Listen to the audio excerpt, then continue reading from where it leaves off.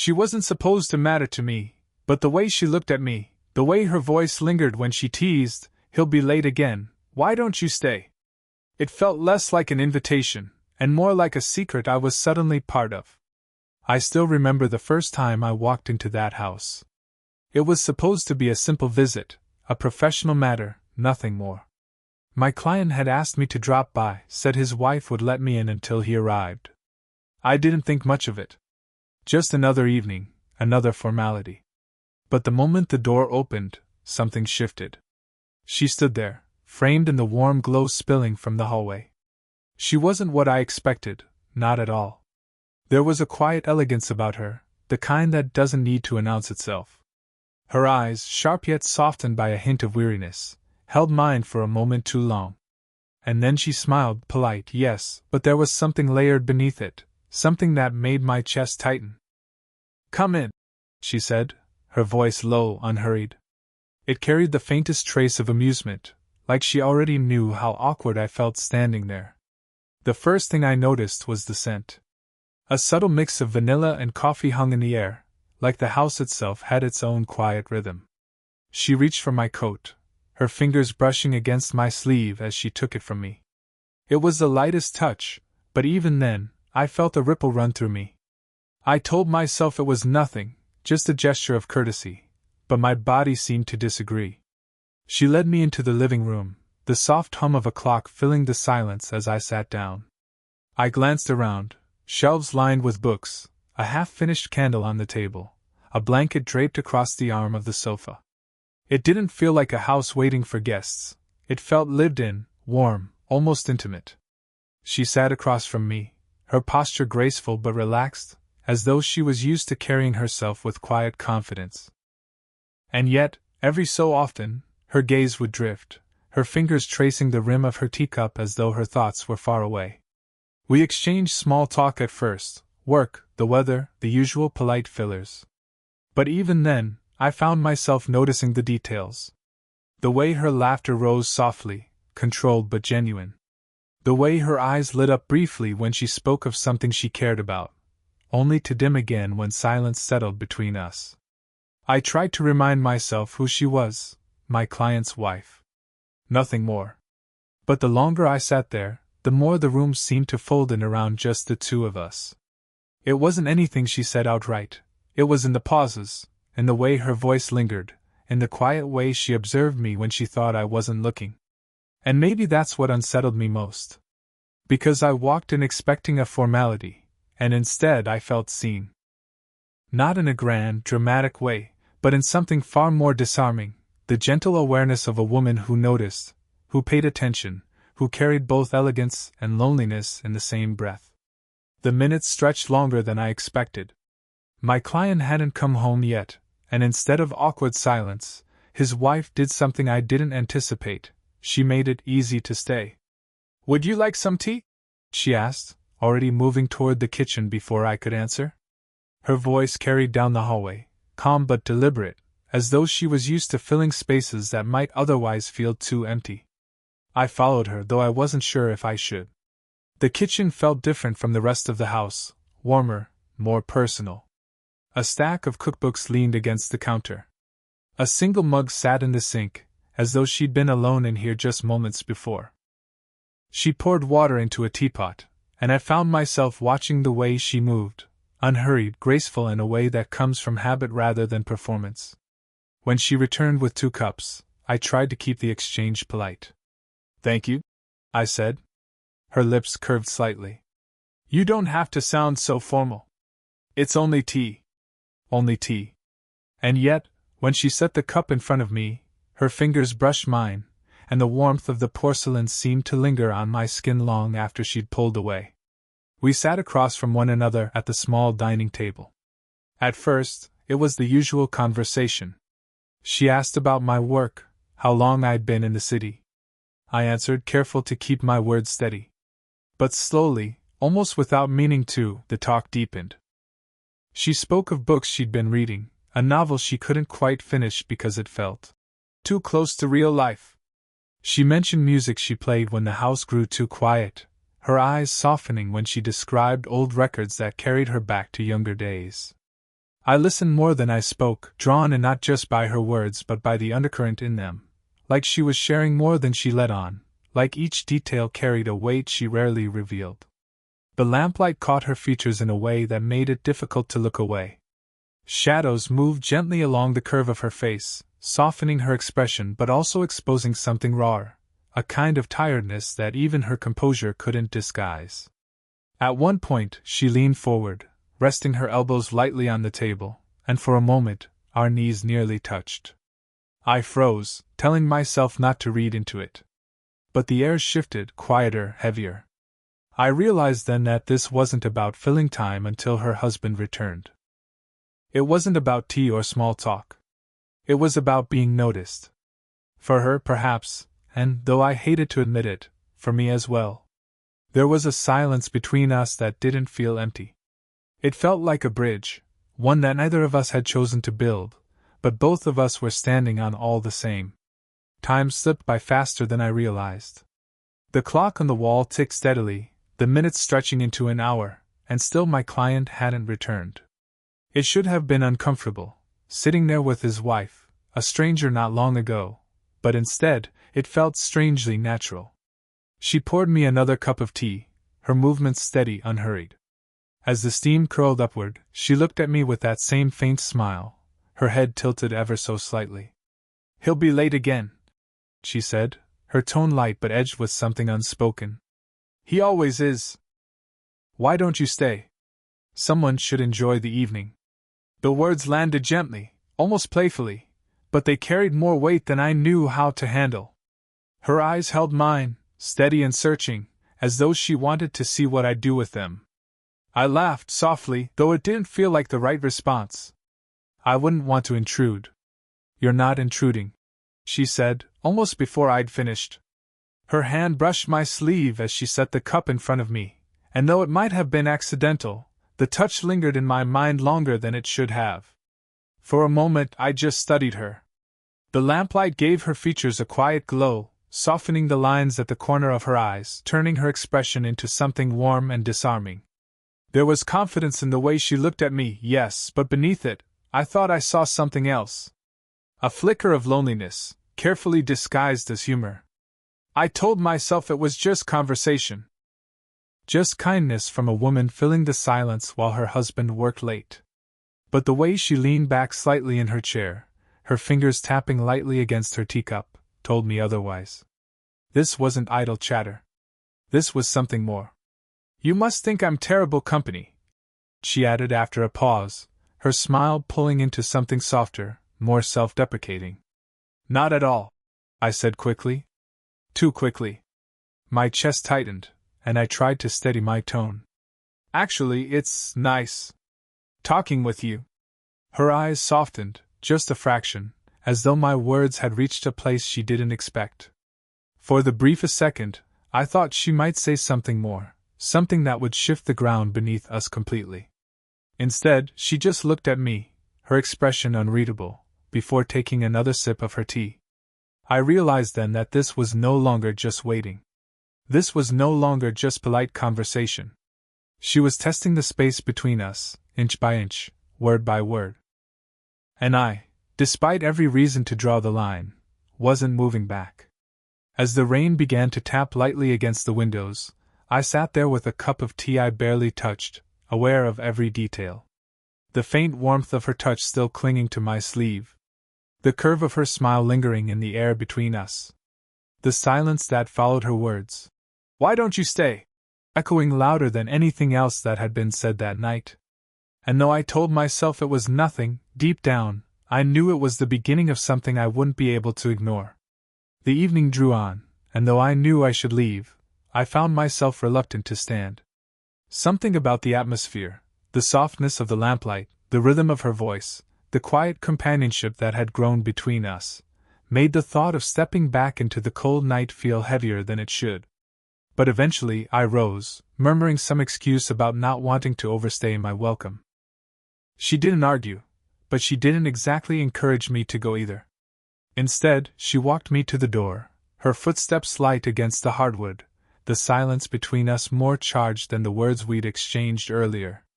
Outside, the rain had begun to fall in earnest, tapping steadily against the windows, blurring the world beyond the glass. She paused by the doorway, one hand resting on the frame, her other smoothing the edge of her sweater, as though she needed something to do with her hands. "Be careful," she said softly, her tone more tender than casual. I nodded, my hand on the doorknob, but I didn't turn it right away. Instead, I looked at her. Really looked. And what I saw stopped me. Her eyes, usually bright and steady, seemed softer now, like they carried a weight she hadn't meant to show. She met my gaze only briefly before looking down, her hair falling slightly forward as though to shield her. For a moment neither of us spoke. The sound of the rain filled the silence, wrapping around us like a cloak. My chest tightened, and I felt the strange urge to say something, anything, to break the tension, to name what hung so heavily between us. But the words caught in my throat. Instead, I shifted slightly, my hand brushing against the doorframe near hers. Close. Too close. I could feel the warmth radiating from her skin, even without touching. My fingers hovered there, the smallest distance separating us, and it was enough to make my pulse quicken. She didn't move away. In fact, her breath caught, just faintly, but enough for me to notice.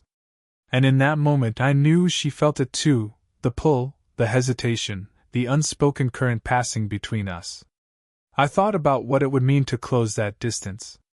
To let my hand cover hers, to admit what we both were pretending not to feel. But I didn't. Not because I didn't want to, but because some part of me knew that once I crossed that line, there would be no turning back. So I pulled away, just slightly, enough to break the spell.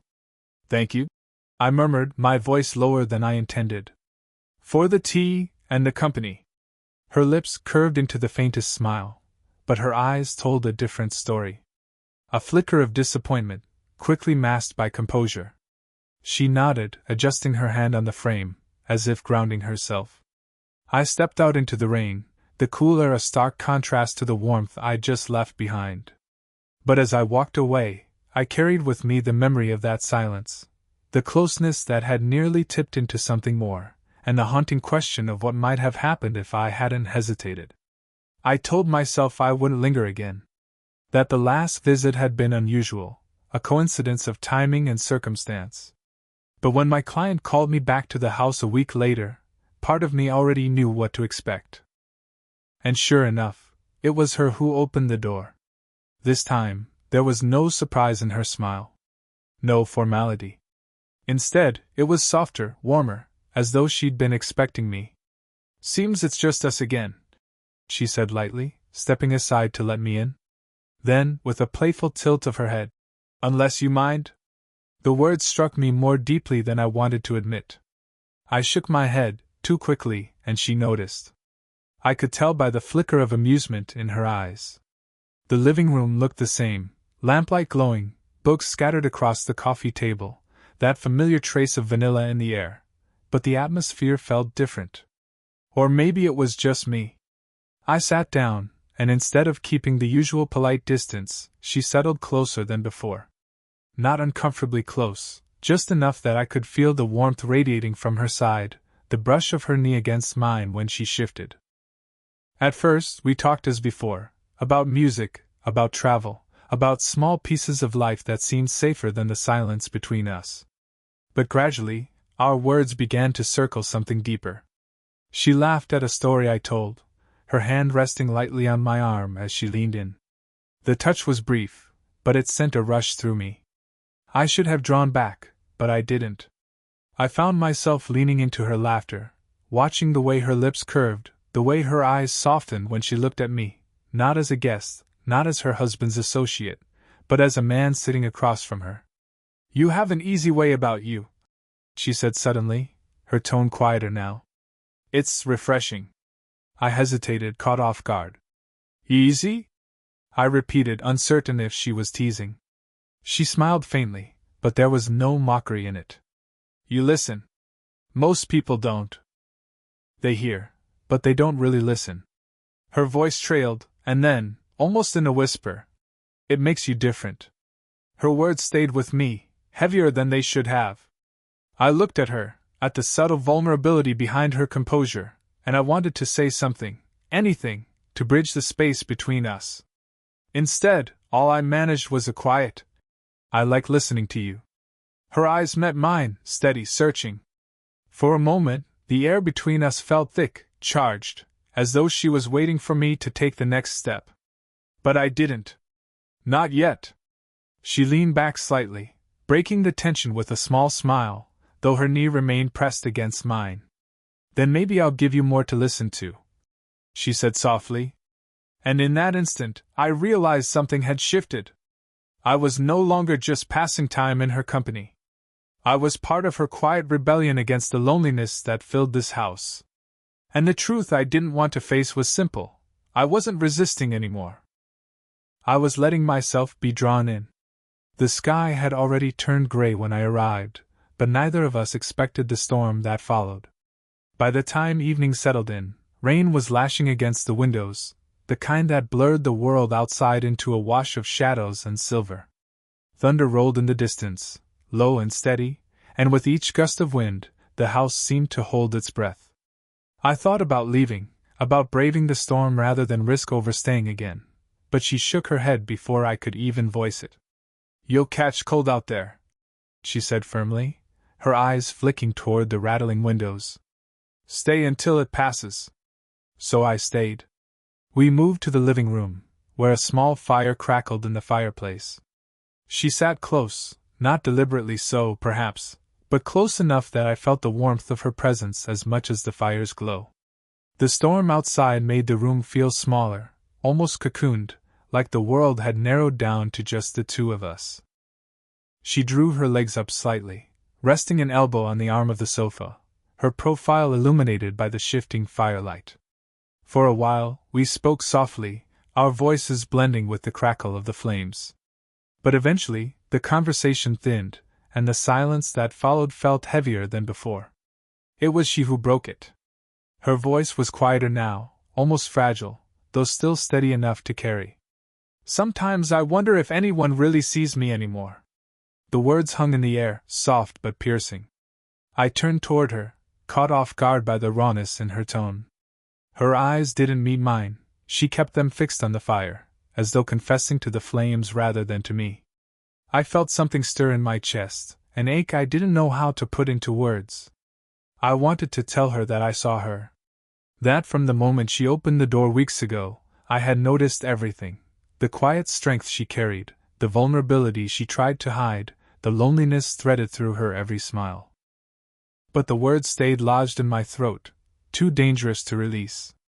Instead, I did the only thing I could. I reached across the small space and placed my hand gently over hers. At first, she startled, her fingers cooled beneath mine. But she didn't pull away. Slowly, almost reluctantly, her hand relaxed under my touch, her skin soft, her pulse steady but faintly quickened. For a long moment, neither of us spoke. The fire popped, the rain pressed against the glass, but all I could feel was the warmth of her hand beneath mine, grounding us both. Finally, she turned her head, meeting my eyes. There was something unspoken in her gaze, gratitude, yes, but also something deeper, something that echoed the very thing I couldn't bring myself to admit. We didn't move closer. We didn't cross the line that loomed so near. But in that silence, in that simple, steady touch, everything unsaid became real. By the time the storm began to fade, the fire had burned low. The once wild rain softened to a steady drizzle, tapping lightly against the windows as though reluctant to leave. The room felt different now, quieter, yes, but not empty. Something had shifted between us, and I could feel it in the weight of her hand still resting beneath mine. Eventually, I knew I had to go. The spell couldn't last forever, not when the world outside was waiting. Slowly, I pulled my hand back, the warmth of her skin lingering on my palm as if it had marked me. She didn't try to stop me, but she didn't rush me either. Instead, she watched quietly as I rose from the sofa, her expression unreadable but her eyes softer than I had ever seen them. I gathered my coat, though it felt heavier now than when I'd first arrived. She walked me to the door, her steps slow, deliberate, as if she too was reluctant to let the evening end. The drizzle outside carried the scent of rain and earth, fresh and cool, a sharp contrast to the warmth of the house we were leaving behind. When we reached the doorway, I turned to thank her. The words felt too small for what I wanted to say, for what had passed between us in that quiet living room, but they were all I had. "Thank you," I murmured, my voice rougher than I intended. "For everything." Her lips curved into the faintest smile, tinged with something wistful. "It was only tea," she said softly, echoing her words from that first evening. But the look in her eyes told me she knew it had been far more than that. As I slipped on my coat, she reached up without thinking, her fingers brushing lightly against the collar, adjusting it as though it were the most natural gesture in the world. Her touch lingered for a moment longer than it needed to. I stood still, watching her, caught between gratitude and something deeper, something harder to name. Before I could stop myself, I leaned down and pressed a kiss against her cheek. Gentle. Brief.